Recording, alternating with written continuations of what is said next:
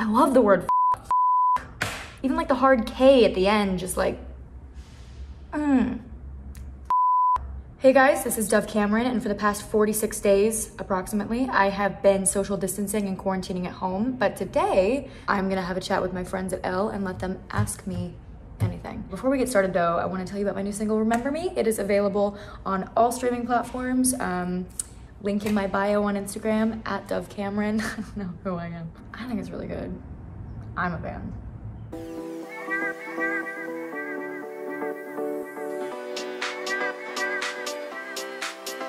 Ooh, I don't know. I feel like I have so many. So Much Better from Legally Blonde. Gimme Gimme from Millie. Greenfinch and Linetbird from Sweeney Todd. Good Morning Baltimore from Hairspray. Take Me Out Tonight from Rent. Anything from Wicked. Also not in the shower, just all the time.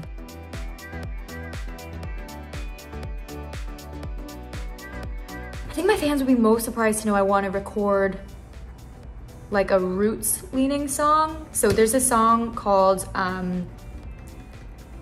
of course, it never comes to you. It never comes to you when you have to think of it. Sunday will dream. It's a song by Elbow, Grounds for Divorce. An unbelievable song.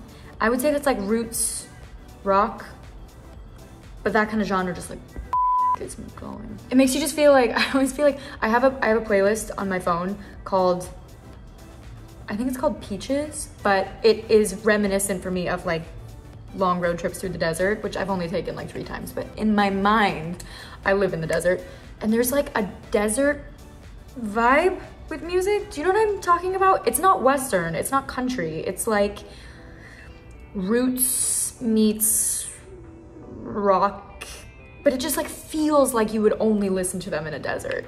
We're gonna create a new genre, the desert vibe. Caffeine and water? I feel like those directly oppose each other.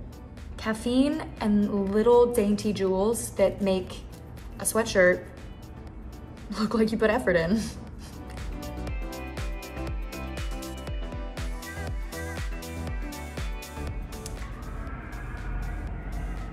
Do you hear that person screaming outside? What 3 things have kept me the most occupied?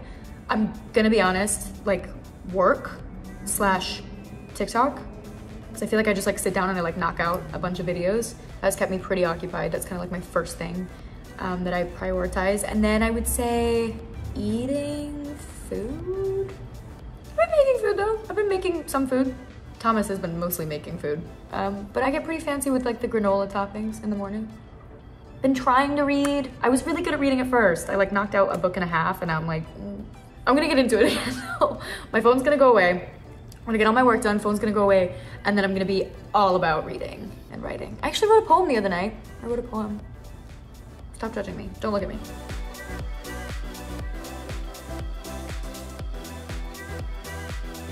One thing I've learned about myself with social distancing that I didn't realize before is that I'm really resourceful. I feel like when you have all of the things that you need all the time and like everybody's setting you, like helping you, and like there's like a system for things, you don't really have to like rely on yourself until you have to. And then you're like, oh, I can rely on myself for so much more than I thought. And also just like being creative with like, not even necessarily being like, I mean, actually I painted yesterday and I'm not that bad. I mean, it looked pretty like student, but I thought it was gonna be a disaster and it wasn't, so. 2, 1 is my mom's coffee cake, which when I was little, I thought had actual coffee in it. So I like barely ever had it because I was like, coffee is bad for your height. It's gonna stunt your growth, LOL. Happened anyway. I don't know where she got it, how she, like, I don't know how it came to be. I don't know if it's somebody else's recipe, but I've never had more incredible coffee cake than my mom's coffee cake. It's like famous in my heart. And I still don't have it. And I don't know if I really wanna have it because I only want her to be able to make it. Do you know what I mean? And then my dad used to make these unbelievable crepes. But they only had like a couple ingredients in them, and I think it's from the joy of cooking. Like, I don't even think it's that. I'm looking at the joy of cooking right now. That's so weird, but I've never had better crepes. And I know that people think that like their parents or their home cooked meals are like the best thing ever, but I've tried so many crepes all over the world and they're not as good as this. And I've never attempted to make them either because I think I'll fuck it up, but those would be the two. My biggest cheerleader is probably, oh no, it's my best friend Veronica. I was gonna say it's my mom and then I was gonna say it's my boyfriend, but like nobody has anything on my best friend Veronica. She'll like wake up early to watch me do things live, like when she doesn't have to. Like she watches everything I do. She's so supportive. Every time I'll send her something, I'll be like, oh hey, look at this thing I did. She's like, I know, I watched it live. Like she's like offended that I think that she hasn't seen it. I wanted to be an actor and a singer, but I had this weird phase where I like for a long time wanted to be a lawyer, which makes sense because like a lot of my family are in law. Like my grandfather was a lawyer and he did a lot of like work on behalf of women and Planned Parenthood and things like that. Also, I think I watched Chicago when I was younger and Billy Flynn was a lawyer and I was like, I could do that. If that's what law looks like and that's what lawyers do, I could do that. I just need to learn how to tap dance. It's not that hard. I also was always a big arguer growing up. I think acting in law is not, I mean, obviously it's really different, but like it is a sort of a form of theater, like when a lawyer is in court. I also wanted to go into fashion, not because I like loved fashion, but because I loved clothes. And I would always take like old clothes and I would sew them. I got a sewing machine. The first thing I ever bought when I was like younger and had my own money and saved up for was a Brother sewing machine. I loved creating things. I didn't like patterns, so I was never gonna be successful. But I wanted to go to FITM or RISD if I didn't make it in acting.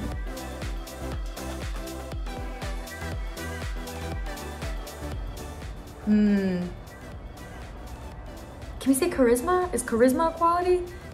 Intelligence is really important to me, but I've met some really not great people who are super intelligent. And even humor, I don't know, that's really hard. I feel like intelligence, humor, and like not taking yourself super seriously can all be summed up with charisma.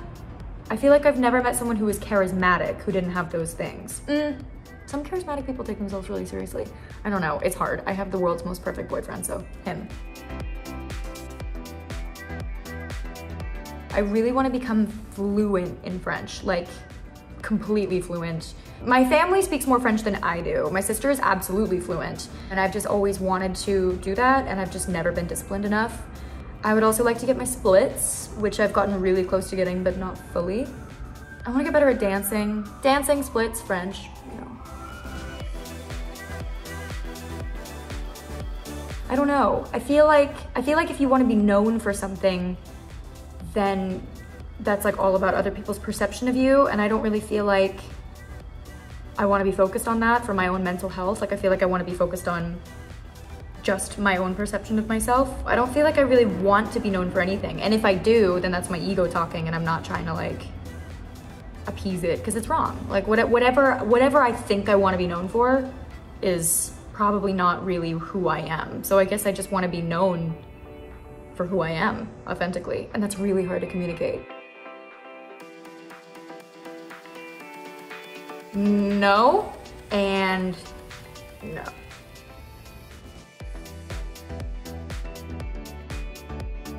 Definitely can go in anything. You can be like, what the hell, you, this, that, this whatever, I it off the bridge, I it, I ruined it. Like just goes in everything. It's the ultimate swear word. I love the word even like the hard K at the end, just like,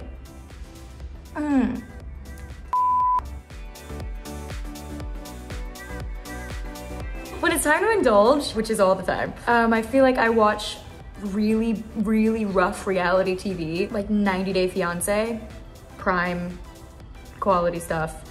I love like old America's Next Top Model because you just don't get that kind of quality these days, you know? That kind of effort that they put into the editing. And I love like brownie batter. Like if I'm gonna sit and just like eat brownie batter or frosting straight from the thing, or like so many donuts and like Chinese food or Thai food, that's a night in. I've kind of been doing that every night in quarantine and it's not going well for me. those are things you're only supposed to do like once every 2 weeks at the most. So I am reading a book called Witch by insert author here. It's really interesting. It's definitely a bit out there, but it was given to me as a gift and I was like, I'm gonna read it.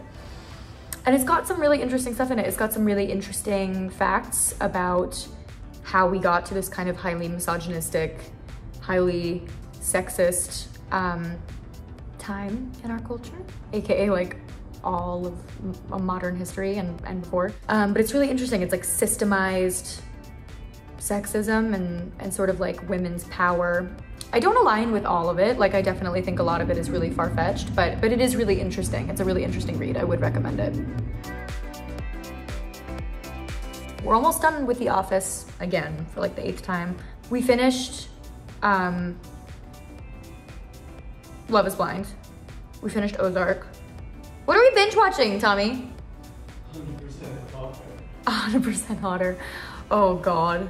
No, that's not binging. That's just like I always have it on. That's kind of it. We started watching Afterlife with Ricky Gervais. Yeah.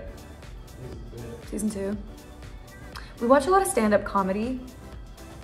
We also have been watching Dirty Money. All good stuff, all good recommendations. Oh, okay, exercise and self-care. I was like, exercising? Because I'm not. Allowing myself space to be whatever I am that day, I think is the #1 self-care thing that you can really employ right now. Because self-care, I think as a trend, is becoming increasingly more commercialized. There's nothing wrong with these things, but it's like self-care has become very much like a turmeric drink in the morning and like a face mask and, you know, things that seem very much like surface. And I feel like the real self-care is like stuff like being brutally honest with yourself. And I have to hold myself accountable for like my inner state and what's going on with me and what I could be doing better. That for me, I feel like is the ultimate self-care. And that's hard to kind of like describe, you know what I mean? Like everybody's got their own version of that and it's not a one-size-fits-all thing. So I get it. I get why that's not as often talked about because it's harder to be like 5 steps to clearer skin. You know, it's like here's the rest of your life and the relationship you have with yourself. Like it's harder to fit that into a 60-second TikTok, so. And then of course there's things like drinking water because everybody needs it, and sleeping. Not being hard on myself, having no expectations for this time, I think is kind of like an overall blanket statement. And just giving yourself what you need. Like so many times I'm dealing with myself or I'm speaking with somebody else and you know, we're in like a state of panic or we have like a big anxiety attack or we're just like feeling generally not at ease. And oftentimes it's like, what do you need right now? And you can kind of like find your own way of giving yourself that, even if it's like, I want to be on a beach. And we obviously can't be doing that right now. Like maybe you need to get outside, maybe you need to get fresh air, maybe you need to feel really relaxed, maybe you need to get a little sun on your face, you know, things like that. I love the word intact, like it's just gonna fall off. How do I keep my skin intact? My skin's actually thriving right now. Definitely staying out of the sun is really good for my skin. Everybody's skin is good to stay out of the sun, or at least wear sunscreen. Water as much as I can. I've started using a good vitamin C serum every other night. I think it's supposed to be good for, I mean, it's good for collagen production and things like that. But it's good for like brightening and like skin tone, like evenness. I noticed that's made a big difference on my skin. Masks, I love a good hydration mask. Sleeping in a sheet mask is like the way to go. I would say I only do that like once a week, once every 2 weeks, but like little under eye patches, just as hydrated as you can keep your skin. I get stressed out easily. People's expectations stresses me out a lot. I feel like I hold myself to a crazy degree for people's expectations. Like even if they don't have that expectation, I'm projecting that they have it. And so I'm like, how do I meet it? I'm not gonna meet it. I'm not good enough. it's never gonna be perfect. That stresses me out. I do that to myself. Deadlines stress me out. Feeling not well slept really puts me in a bad space. Like I feel like I just wake up stressed out. I mean, I have general anxiety though. So my anxiety is pretty constant. So I just kind of, I feel like I'm more so at a baseline of being stressed out, and then I have to find my way out of it. Trying to take care of myself and like giving myself what I need. Like if I need alone time, being like, okay, I'm gonna go have alone time right now. Or if I need to listen to music, I need to listen to music right now. Or I need to get more sleep, or I need to do that. Like I just treating yourself like you're like a small child, and you are also a parent of that small child, and being like, what does this child need? And then finding ways to give that to yourself. We have really complex brains, and the system is really complex, but a lot of us and how we feel, not anxiety, not mental health, none of that, like that's incredibly complex. But then a lot of some things that can set that off are like simple needs.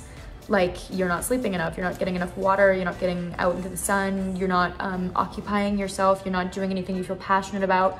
Those things are like human essentials, and our culture now does not support that, really. Like it's not oriented around that as much as it used to be.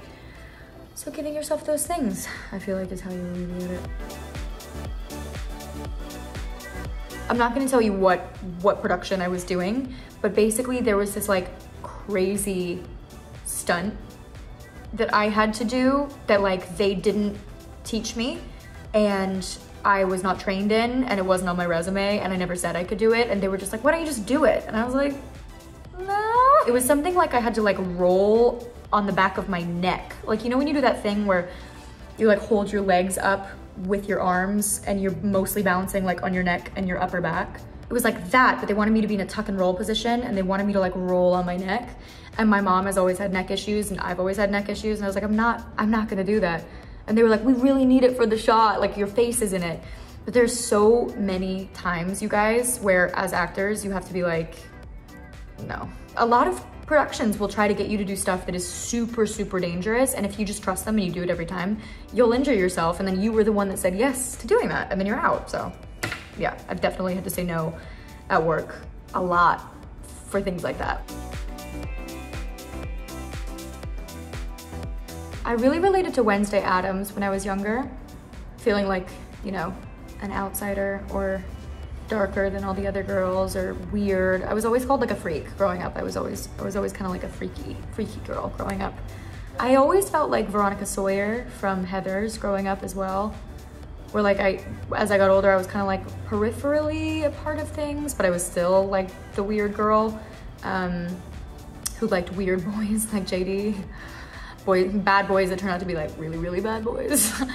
I don't know, Lydia Dietz from Beetlejuice. I mean, these are basically just all Winona Ryder characters. People never ever believe me when I say that. Like, I think because I'm blonde and like smiley and I don't wear all black. But it's not always about how you look, you guys. It's about how you feel inside. 2019 and 2020 have been years. So I guess I would say buy a lot of hand sanitizer. No, I don't want to be negative, but like brace yourself, hunker down, focus on yourself, how you feel. Stuff that I'm still trying to do now though. Like I feel like this question makes it seem like I have it all together now. Like I've come out of it, but I haven't. I'm still in it. So I feel like just, yeah, focus on yourself. You will survive it. And start therapy sooner rather than later. Is that really hard?